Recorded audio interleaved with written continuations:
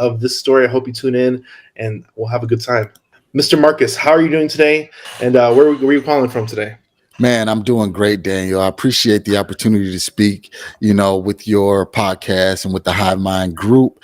And I hail from Chicago, Illinois, but I am in the Phoenix, Arizona market, and I've been out here for about 10 years now. Phoenix, Arizona. Yes, sir. I actually wanted to jump into Chicago because I'm originally from Chicago too. I grew up in Hammond. Oh, I know Hammond, Indiana, right across the border. Yep. Right across the border. I lived there for 22 years, 21 years. Great. Okay. You know what? You doing any deals or anything over there in Hammond?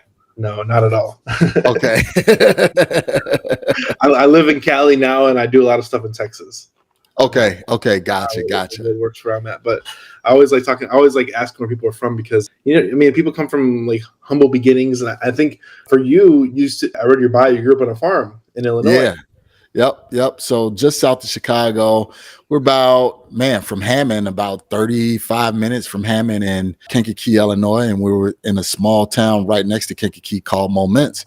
It's about 3,300 people, man. Yeah. And one cool story before we get started is, what taught me how to invest in real estate or how to invest, period, was, a lot of my school contemporaries, they all went to school shopping before you went back to school. Well, for us, in the spring we had to buy piglets at the auction. You can pick those piglets up for $10-15, and you bought them by the pound, right? So we would purchase these piglets in the spring. All summer we would feed them, stuff them, everything like that, and then we'll take them back to the auction and resell them. So pigs, they can eat as much as you can put in front of them.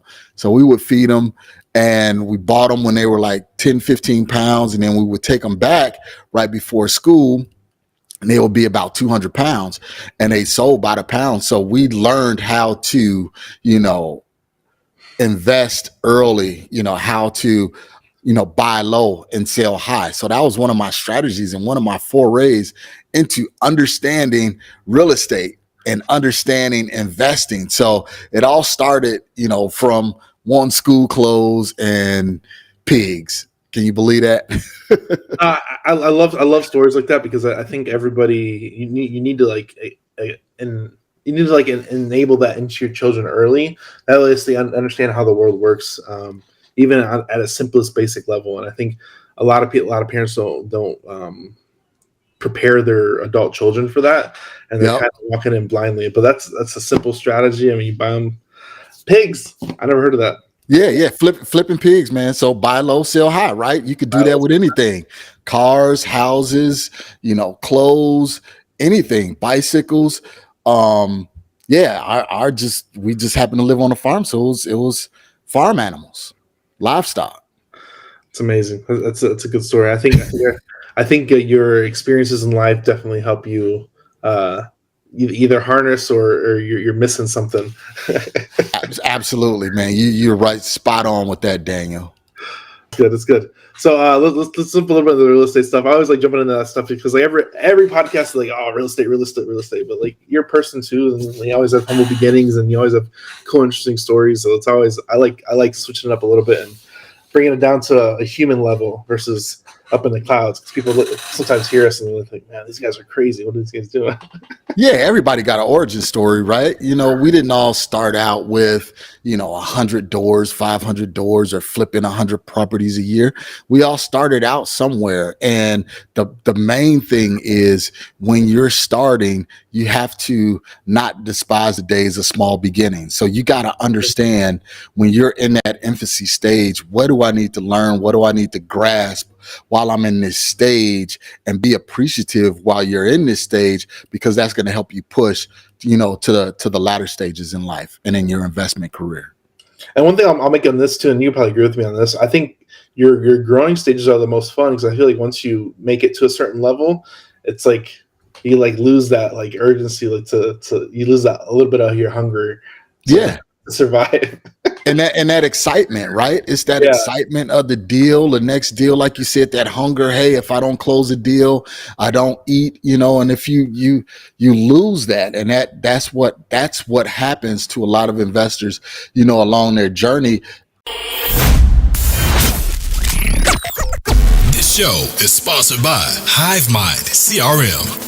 It is more than just a CRM.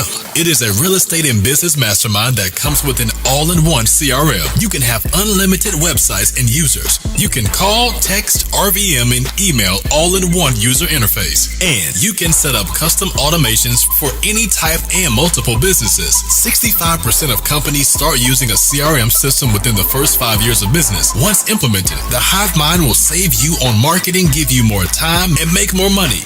One of our users had his first $100,000 month using our system in June. We want to see you automate and accelerate your business. Text us at 210-972-1842 for future meetings, and of course to get our $1 course on how to make more than 6 figures on one land deal. You can schedule your free demo today at hivemindcrm.io.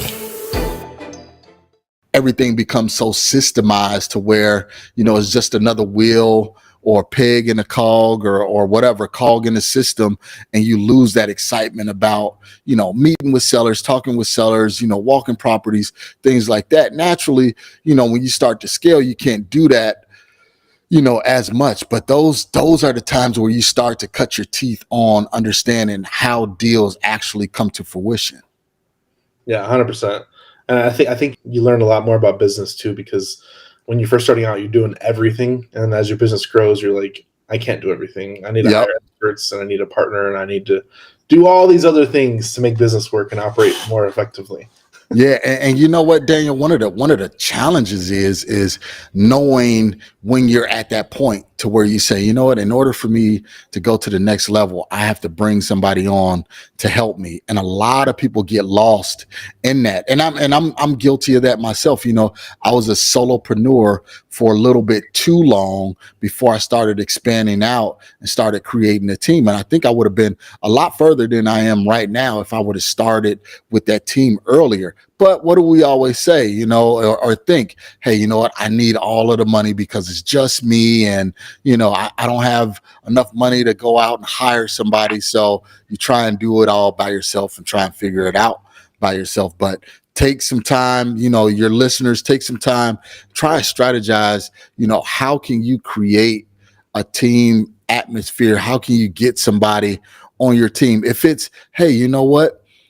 Let's split the deals 50-50 and have a partnership, or I pay for all of the marketing and all of the acquisition costs, and you do all of the dispo side of everything. You have to start building that stuff while you're in the trenches, because you don't want to get too big and now you're spending most of your time trying to train people to do what you need them to do while everything on the back end is falling apart. The one thing you missed was no one could do it better than me. Yeah, right. You know what? And a lot of people have that false belief, but there's tons of people out there that can do it better than you. You just got to find them. 100%. So let's talk about your real estate career. How long you been in real estate, and were you in the real estate in Chicago or just in Phoenix? 100%.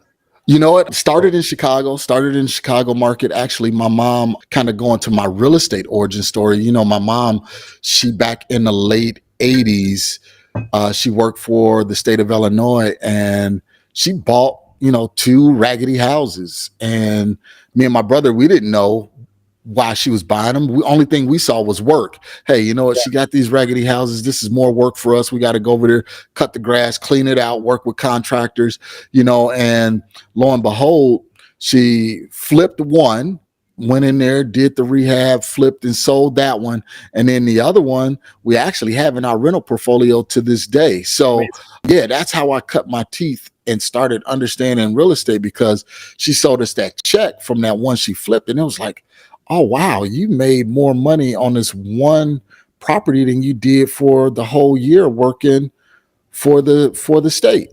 So, so that kind of got me started kind of gave me that introduction to real estate. Naturally, I was young, I was a teenager. That was the furthest thing from my mind, was working on properties. It was all about girls, football, and having fun. But then when I came to my senses, right, because I dropped out of high school right before graduation, like 2 months before graduation, because I didn't think I was gonna graduate. I was one of those kids that just kind of bucked the system. I always challenged people and challenged their philosophies, and that always got me in trouble because, when the school system, it's, listen and do, not challenge authority. So I went from really dropping out of high school, went and took my GED just to try it and see where I would land. And I passed the GED. So I went from the back of the bus to the front of the bus, and literally in 2 months. And while all of my contemporaries were going to graduation, I was already done, and I was moving on to the next stage of my life. So it taught me, that not every trail has to be blazed the same way. And from that's kind of where I started really looking into the real estate. I went to college.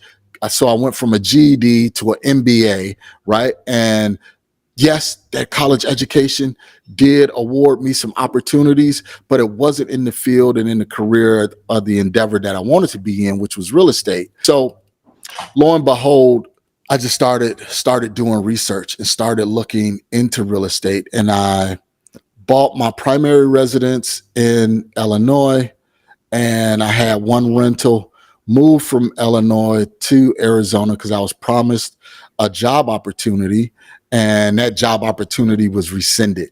So the only income that I had coming in was the 2 rentals. I turned my primary residence into a rental because I moved out, and my rental.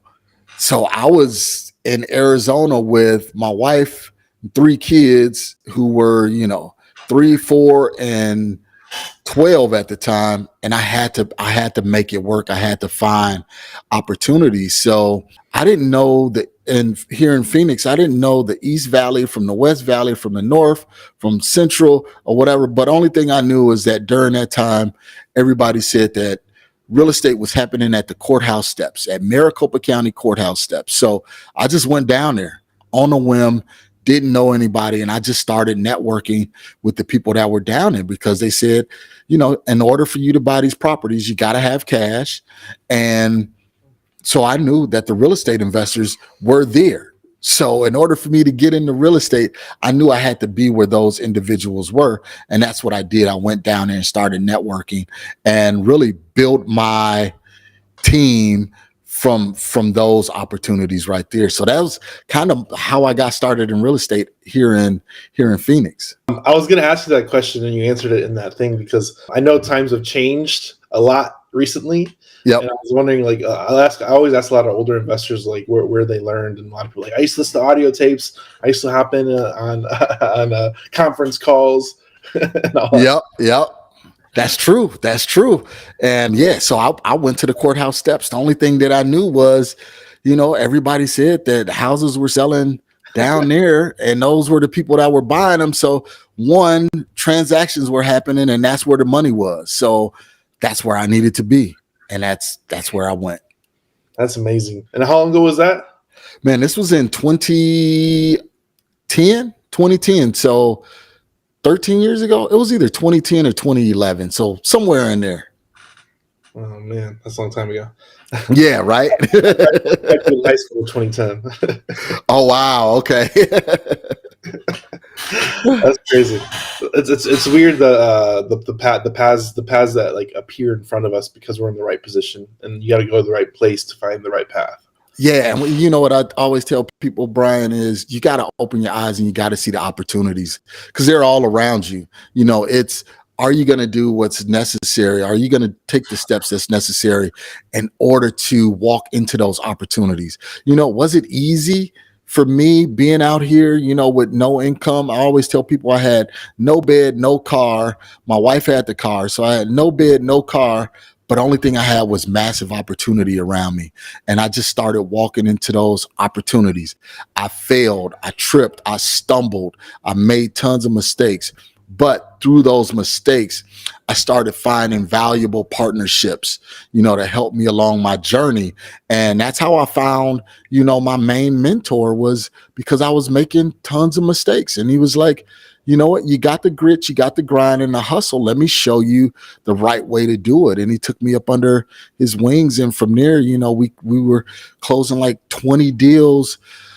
Got closed 20 deals in like that first year, doing, real estate wholesaling and doing some flips with them. So I had to partner because I didn't have the money and I really didn't have the resources. So I had to find people that had those resources, and I had to lend my level of expertise to them. I'm good on the phone. I like to talk.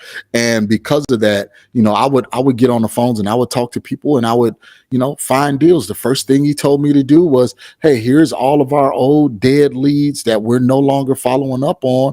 See if you can revive something out of this. And that's what I did. I took that list, and I was just cold calling those people, following up with them, and I was pulling deals out of it. And he was like, man, how did you do that?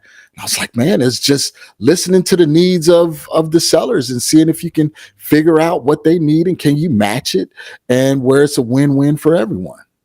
Yeah, that's all it is, man. That's all it is. It sounds so simple, but it's definitely it's definitely has. Oh yeah, it's a grind. It's a grind. It is. So let's talk a little about what do you do now more, and what type of assets are you more into at the moment? Is it still single family, still rentals, still all the?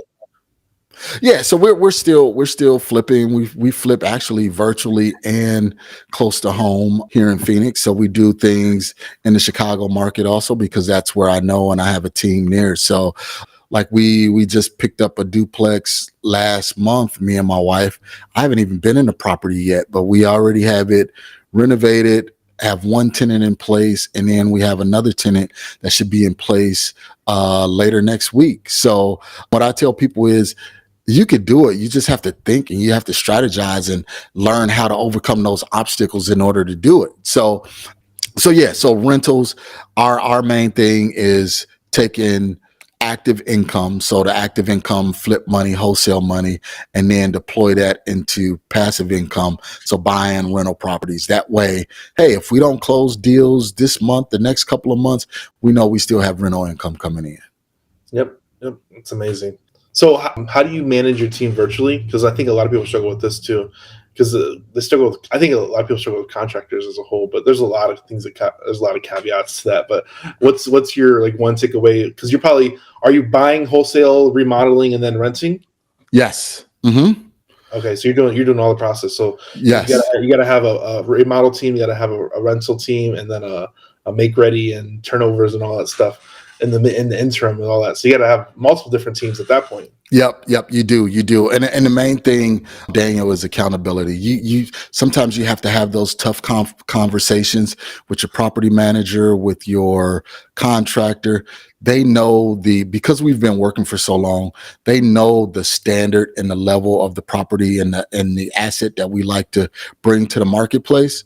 So it's daily. They send me a video update of the progress that was done on each property. So now I can go back and I can review. So I have my contractor to do that. And then we have our PM, our property manager, to do that as well. So we have multiple sets of eyes. Our contractor go and do the work. Our property manager comes behind, and they know that, hey, they know what kind of quality needs to be in this property to either one, flip it, or two, to have it as a long-term tenant, long-term rental, because that's how they're going to make their money. They're going to make that money off of, hey, the flip sale commission as a realtor, or the long-term property management income that they make off of it. So they're vested into the deal also, because they know that the product have to be pristine in order for me to get maximum dollar, to put it on the market at maximum dollar, or to get maximum rent. So the contractors go in and we pay our contractors top dollar. We don't like to negotiate and haggle with our contractors. What we say is, go on a property, tell me how much it needs, and we'll tell you what needs to be done, and you give us a number. If that number is realistic compared to the hundreds of other jobs that you've done, then we'll give you that number. But you have to meet our timeline and our deadline in order to get it done. right? So they already know coming in the door, hey, as long as I meet these deadlines and my quality is good, I'm going to get paid top dollar with no questions asked. And that's one of the things that we do. And because of that, they have a keen eye on their trades, the GC, and then our property manager has a keen eye on the GC. So we have three sets of eyes, and then finally they send me the information every evening so I can look at the pictures, look at the updates, and go over everything and process where the property is in the stage of renovation. So it's again, Daniel, it's a lot of accountability. It's a lot of, we use Podio for communicating and making sure, pictures are being sent, videos are being sent back and forth. And we just have certain timelines each time we go into a new deal. So before we even acquire that property, we do, an Excel spreadsheet, the breakdown of everything that needs to be done. Yep. Everybody's on the same page. We have a line item of the rehab that needs to be done, how much it's going to cost. And now that contractor can go and run and start doing what they need to do. That way we can get these assets from acquisition to profitability, in no time. So one thing I want to ask, I don't know, I know a lot about Indiana because I grew up on the Indiana side, but I never messed with like Illinois real estate, especially because I wasn't even in real estate when I lived over there. So it was like one of those things after. There's like hindsight into it now, but is Illinois cash flow?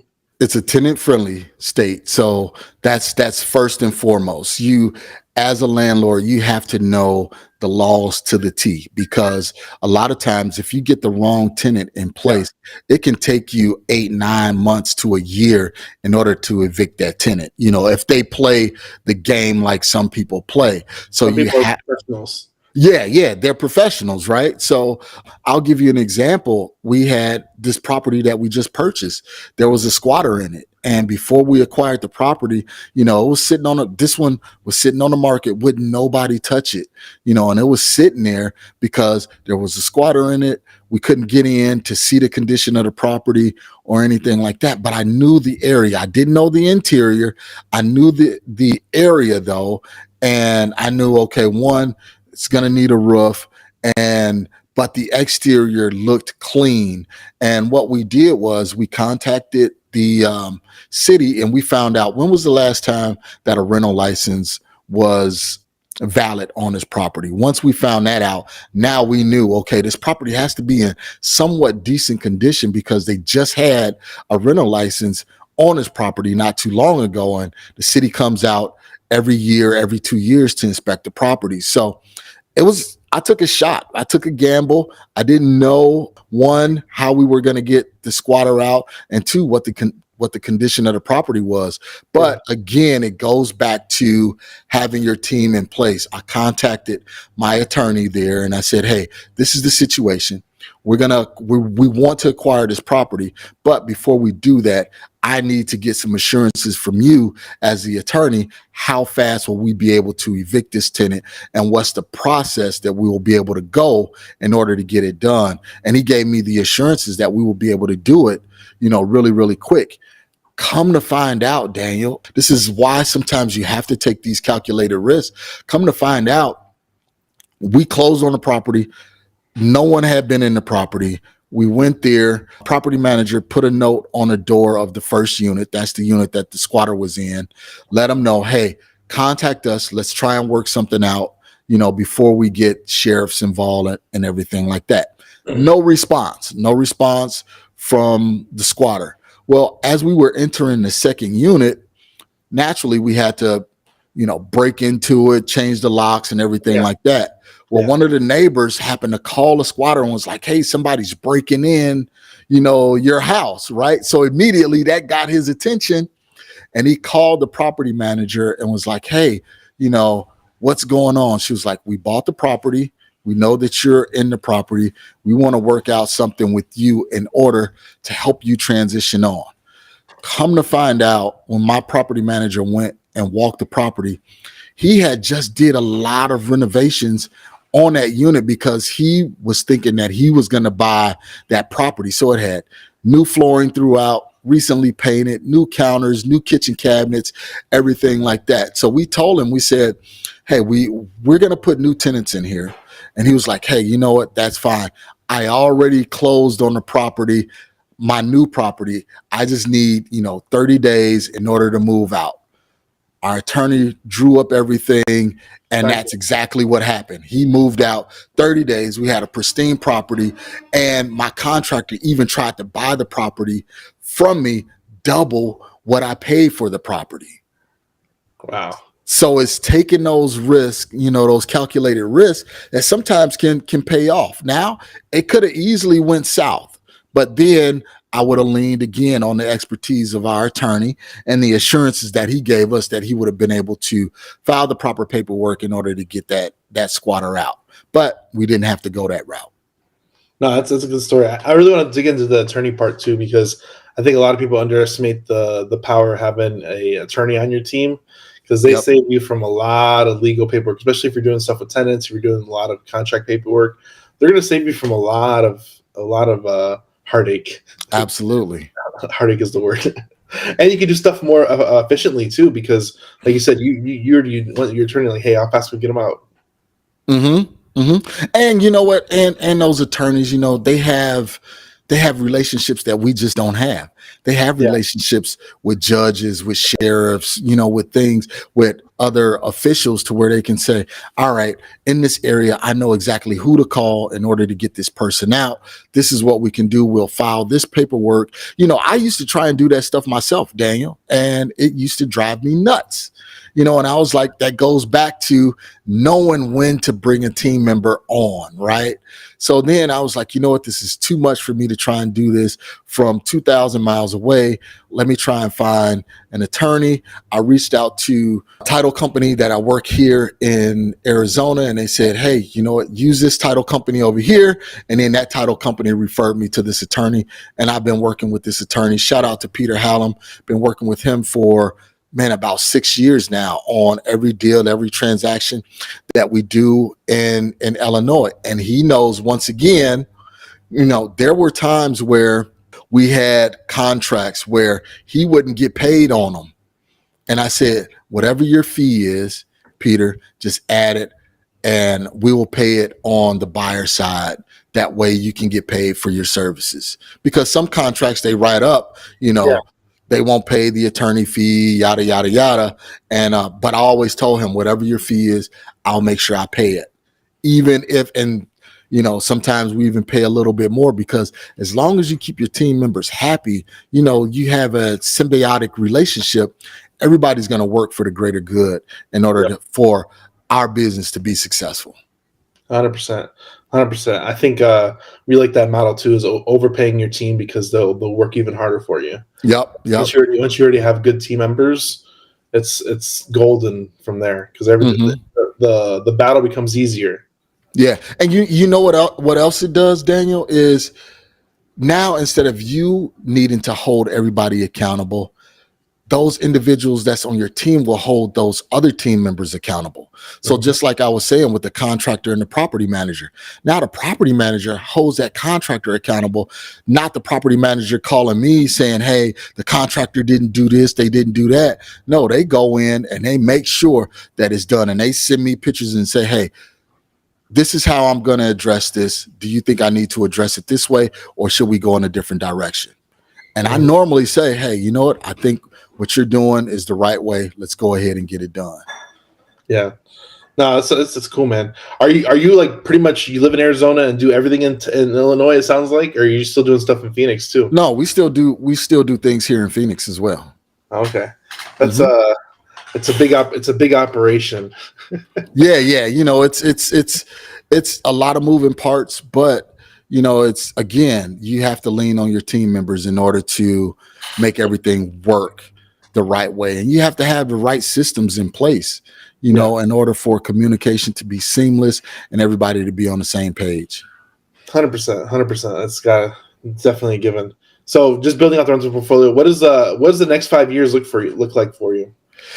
Man, you know what? I'm actually building a team right now for us to go into larger commercial units. Nice. So Just brought on a new attorney to start drawing up some paperwork for us, and just built some relationships with some other individuals that's looking to go into commercial. So that's where we're moving here in the next 5 years. What asset class in commercial? Just larger commercial, Apartments? apartments. Okay, I gotcha. We do a lot of land, so we're doing commercial land, getting into commercial land and subdivides. That's big there. I was kind of looking at it, but just don't want to do any kind of ground up development right now. But yeah, that subdividing, I hear is very lucrative. Yeah, a lot of what we do is, I mean, you don't even have to do ground up development. You just kind of set it up, and somebody might take it over for you. Somebody come in and buy it. You have everything subdivided, and then you just sell it off to them. Mm-hmm. Yeah. That's where we're at. Where are you doing that? Where are you doing that at? Mostly Texas. Okay. Texas. We have a lot of subdivides going on over there. Well, it's a lot of dirt in Texas, right? And there's a lot of people. There's a lot of dirt where people want to be too. That's the other thing. Yeah. There's a lot of dirt where people want to be. What is a quote that is yours or somebody else's that you resonate with? Let's see. A good quote. Man, you're only as strong as your team. You know, that's what I kind of lean on. You know, you're only as strong as your team, because if you have one weak link in your team, then that link is really it compromises the strength of the team, right? So you have to go in, evaluate where that weakness is, eradicate that weakness, and bring that team back together. So as you can see, I'm big on team and systems. Yeah, team and systems, I think, it's the only way to grow effectively and efficiently. I mean, there is no other way. It's always people and systems. I mean, if there was no people involved, it'd be amazing, but there's always got to be people involved in some way. Yeah. One thing I learned is that when it comes to a problem, the problem can only be classified in two areas. It's either a people problem or a process problem, right? So if it's a process problem, then you can look at that process, evaluate it, get with the people and say, how can we make this process better? And then if it's a people problem and you know that your process is consistent, then again, you just either have to have that strong conversation with that person or those people and then fix the system, or you move those people on. So there's only two types of problems: people problems or process problems. Yeah, one of the things I love about having like a team in general is that you can, knowing that your business is profitable enough and effective enough to bring like commerce to big general populations directly and indirectly. So it's a really cool. I think real estate's it's a really cool business and asset. Yeah, and you can move. It's so many different niches in real estate. You know, that's what I tell a lot of people. You can't just say, "Hey, I want to be a real estate investor." Okay, what niche are you really trying to dig into? Own that niche, learn that niche, and then before you try and pivot and go into something else, master that one niche. So if it's fixing and flipping, master fixing and flipping, you know, before you start going into large commercial or something like that. Unless you're a member of a team that has the experience already in that asset class. Yeah, that's another. Did you ever do any mentorship at all? Oh yeah, earlier. What has your been like? What's been like your number one thing you got from mentorship as a whole? Systems. Really, that's the truth. You know, it's making sure, because remember, I was a solopreneur for so long, so I was doing everything that I knew. You know, but then when I brought people on, it was like, okay, we have to have the standard operating procedures. How do we do this? You know, how do we, acquire our next deal? What are the processes in order to acquire that next deal? So mentorship, really, I mean, big shouts out to Bill Allen and 7FF. I really learned a lot of that by being in there in that 7FF family. Awesome. Do you offer any education at all? I do. Me and my partner, Mike Del Preet, who is the executive director of the AZ RIA, which is the largest RIA in the country. We have a mentorship program that's called the Deal Finders Club. So we help aspiring real estate investors and fix and flippers learn how to go out and find direct to seller deals. That way we can eliminate the realtors and get a better deal. So that's at azdfc.com. AZDFC.com. Mhm. No, that's cool. How long have you been doing the education side? Man, not long, only for about 2 years. Because what we did was once he acquired the RIA, we found that there were a lot of people that was just misinformed in regards to real estate. So we would do a lot of workshops, we would do a lot of seminars, and yes, you can get a lot in a 2-day seminar, but the takeaways once they leave, it's like, okay, I've learned so much. Where do I actually start?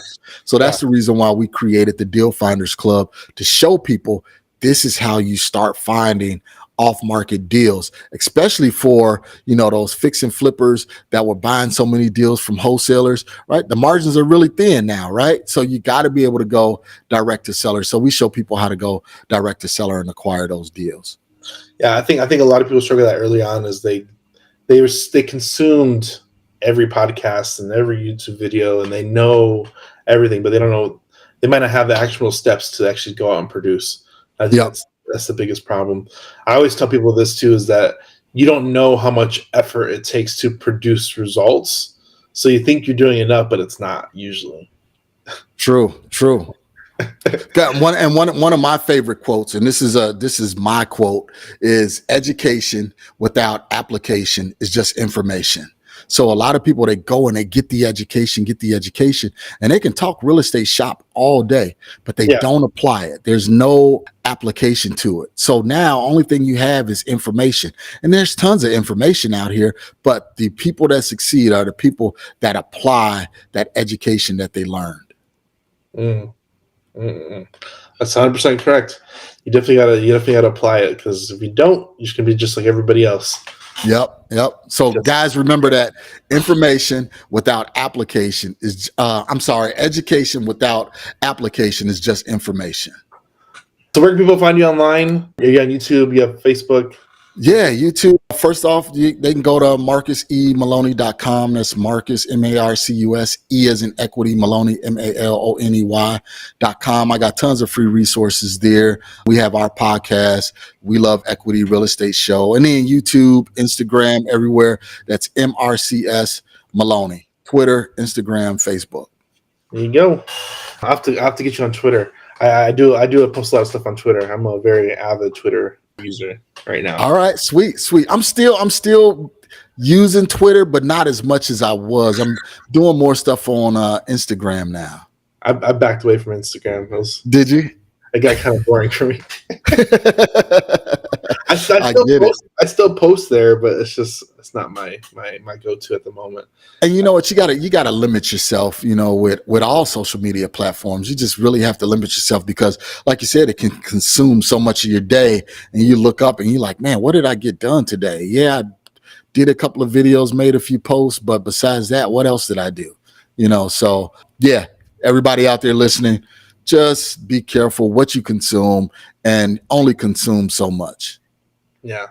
Everybody always laughs at me, because like people consume a lot of like sports, and I watch zero sports. Like I don't know nothing about sports. Like it doesn't even like bother me either too, because I'm like I know a lot about the stuff that's really important, and sports isn't important to me. Okay. So what's your go-to? What do you like to dig into, Brian? Me, it's Daniel, but I mean Daniel. Why did I call you Brian? Sorry. It's twice now, man. For me, it's a business and real estate. I mean, I'm really active in what I do. I teach, educate, and then it's just a lot of family after that. So most of my time is consumed with family and work, and that's it. Okay. But I enjoy. I think educating, it makes me sharper. Mm-hmm. You become more effective at teaching the more you do it. And that's your passion, man. You just continue to lean into it. One thing that I like is the students will challenge you, you know, indirectly. They will ask you questions to where if you're not actually in the industry doing the deals and working on projects, you know, they'll ask you some questions to where you'd be like, I don't know. But you could tell the authenticity from someone, like you said, like yourself, Daniel, that's actually out in the field. So when those questions come up, you already have answers to them, because one, you lived it. If you haven't lived it, one of your teammates lived it, you know, or you will live it pretty soon. Yeah, 100%, 100%. Yep. No, this has been a great episode. I appreciate your time, and thanks for coming on. And I hope people took some notes on the end of this episode, man. I really do appreciate your time, Marcus. Thank you so much. Thank you so much, Daniel. I really appreciate it. For everybody here, you know what to do. Go like, subscribe, share with a friend. You know what to do. I ain't got to explain it. Have a good one, guys. We'll see you next time on the next episode of the Hive List Podcast. Thank you. Bye. Thanks. Hey guys, so the Hive Mind is launching a new program where we're helping you work deals that are valued at $1 million and up. If your deal is worth $980,000, we don't want to take a look at it. You can submit those deals to us at submitbigland.com, and we'll help you comp the deals. If it's good, we'll help you close it, and we'll also help you fund it and sell it. Check us out, submitbigland.com, milliondollarmastermind.com, and wholesaling $1 million land deals on Facebook. Thanks, guys.